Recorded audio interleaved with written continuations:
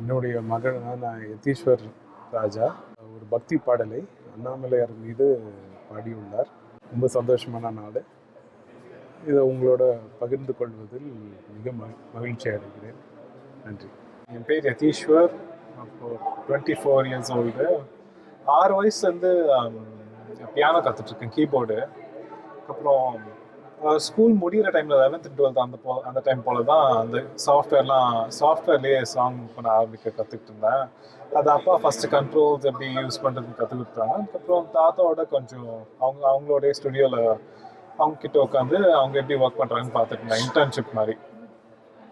நான் அப்படியே அவங்கள பார்த்து நிறைய கற்றுக்கிட்டேன். இப்போது ஃபஸ்ட்டு சாங் ரிலீஸ் பண்ணுறது சாமி பாட்டு, பக்தி டிவோஷனல் சாங்கை ரிலீஸ் பண்ணலான்னு ஐடியா வந்துச்சு, ஆசை வந்துச்சு. இது இப்போ பண்ணிட்டேன், ரொம்ப ஹாப்பியாக இருக்கேன். இந்த பாடலை தாத்தா கேட்டிருக்காரா? இல்லை, முடிச்சுட்டு உடனே இங்கே வந்துட்டோம். அவர் அப்போ ஊரில் இல்லை. ஆனால் ஃபஸ்ட்டு பண்ண ஆரம்பிக்கும் போதே அவர்கிட்ட டிவோஷனல் சாங் பண்ணிகிட்ருக்கோம். அது எப்படி பண்ணுறதுன்னு நான் அவர்கிட்ட கேட்டேன், அட்வைஸ் கேட்டேன். என்ன சொன்னாங்க?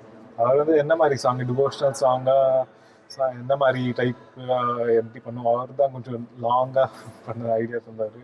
ரெகுலராக உங்களுக்கு பக்தி பாடல்கள் பாடக்கூடிய ஆர்வம் இருக்கா, இல்லை கலைத்துறை சினிமாவுக்கு போகக்கூடிய ஆர்வம் இருக்கா? சினிமா சாங்ஸ் மாதிரி தான் பண்ணணும்னு ஆசையாக இருக்குது. Cinema songs